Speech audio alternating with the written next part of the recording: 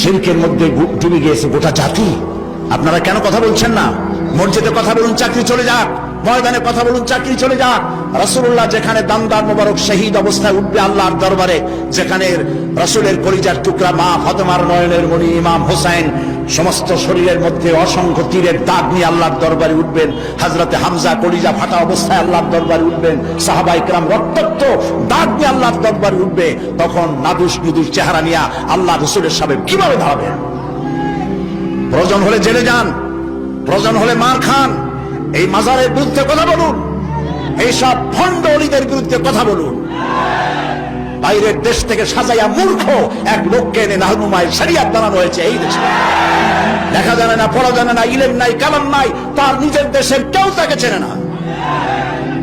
মানুষদেরকে ধোঁকা দেওয়ার সুযোগ আর নাই।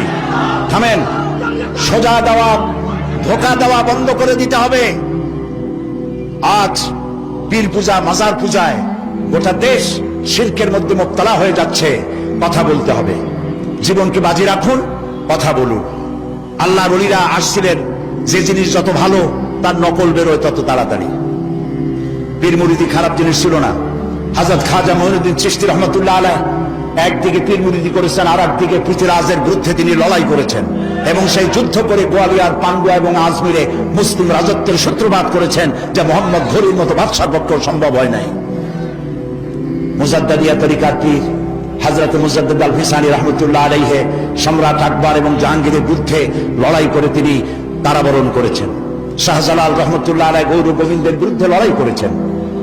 হযরত খান জাহান আলী রহমতুল্লাহ আলাইহি লড়াই করেছেন। এখনো ফিলখানা আছে বাগেরহাটে, বলা হয় পিলখানা, আসলে নাম হলো ফিলখানা। হাতির যুদ্ধ হয়েছিল সেখানে।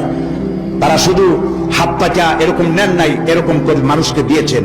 তারা বিরাট বিরাট পুকুর খনন করেছেন, মানুষের পানির ব্যবস্থা করেছেন, সুপ্রিয় পানির ব্যবস্থা করেছেন, মসজিদ গড়েছেন। যারা আজকে বিভিন্ন জায়গায় ওরসের দাবি করেন, হিন্দু মুসলমান পাইকারি দরে গিয়ে গাঁজা খায়, মদ খায় এবং মাজারে গিয়ে সেজদা দেয়, নাউজুবিল্লাহ, নাউজুবিল্লাহ।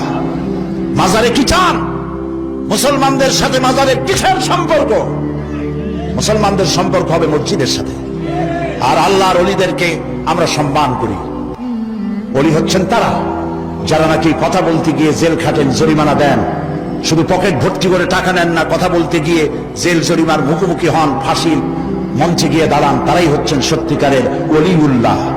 আর যারা পয়সা করি কামাই করেন, হক কথা বলেন না, হক কথা গোপন রাখেন, শুধু কদম বুসিয়ার মানুষের টাকা নিয়ে তৃপ্ত হন, তারা ওলিউল্লাহ নয়, আদুবুল্লাহ। গোটা জাতিকে কথা আজ বলতে হবে। আমাকে লোকেরা বলে, মাঝে মধ্যে বলে যে উনি পীরের বিরুদ্ধে কথা বলে। না, আমি ওই সব ব্যবসায়ী পীরের বিরুদ্ধে কথা বলি যারা মানুষের ঈমানকে হরণ করে।